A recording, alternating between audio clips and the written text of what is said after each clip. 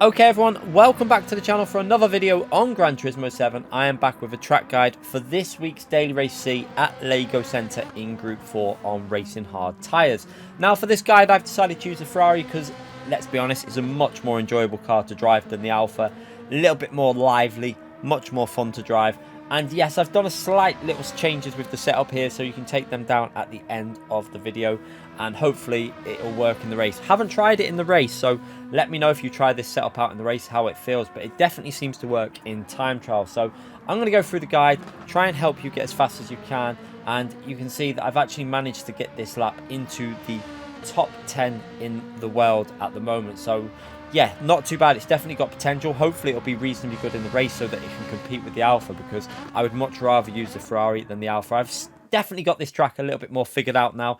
A lot of it's just track limits, and that's the thing that kind of frustrates me of a lot of these fictional tracks. You have to learn where you can really take advantage of some of these little bit dodgy track limits. So starting your lap, going into turn 1, and you're going to see what I'm talking about with regards to the track limit. So I was following the leader's ghost, which I haven't really done yet on this time trial, and you can see straight away how he takes this corner. We're going to use the signal post as a warning, and we're going to brake a little bit past that. So you're going to see as we go past it, we're going to get onto the brakes there, and now we're going to rotate this in very early. We're going to use the trail braking to really get this car rotating in, so keep your eye on the brakes. We're going to trail brake off them, let the car rotate, and look how much this curb you're going to take. Look at the P1 goes left hand tyre onto the grass. You can really attack this line.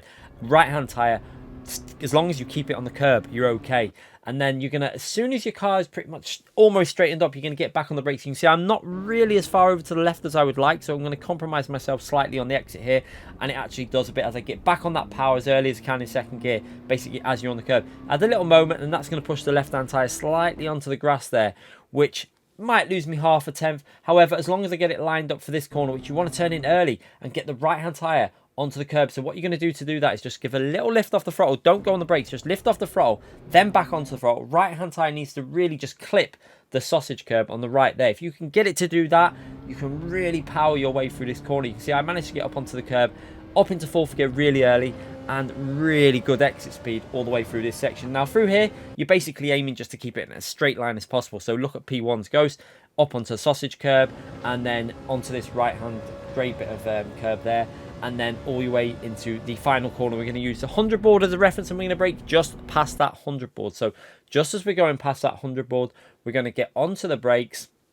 So just past it, then onto the brakes. Now we're going to brake in a straight line until we're past that 50 board. So keep an eye on the 50 board, braking in a straight line, and then we're going to start turning in just at the end of the curb on the left hand side. Now you want to turn in at an angle that's going to be close to the curb, because it's a very late apex. So watch this. You're going to be very patient, then start getting on the power just as you clip the curb there.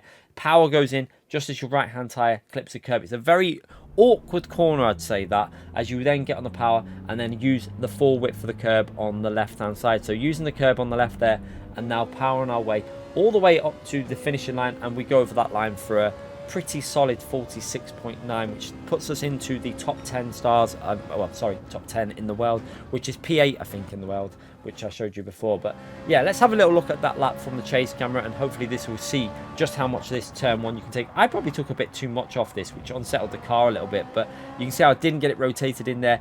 And then you can keep your eye on that left hand tyre where I'm struggling to keep it on the track, and we run a little bit on the grass, which just probably loses us half a tenth, but it's not too bad because I absolutely nailed the next part of the corner and really got good exit speed all the way up here. So you can see using the curb, up onto the curb, trying to shorten that line through that section, and then into this last braking zone where we use that 100 board on the left hand side. And just try and be very careful. It's a very late apex, so you don't want to turn in too early, but you've got to try and keep a narrow line through that corner, because that's where you find the pace on that final corner.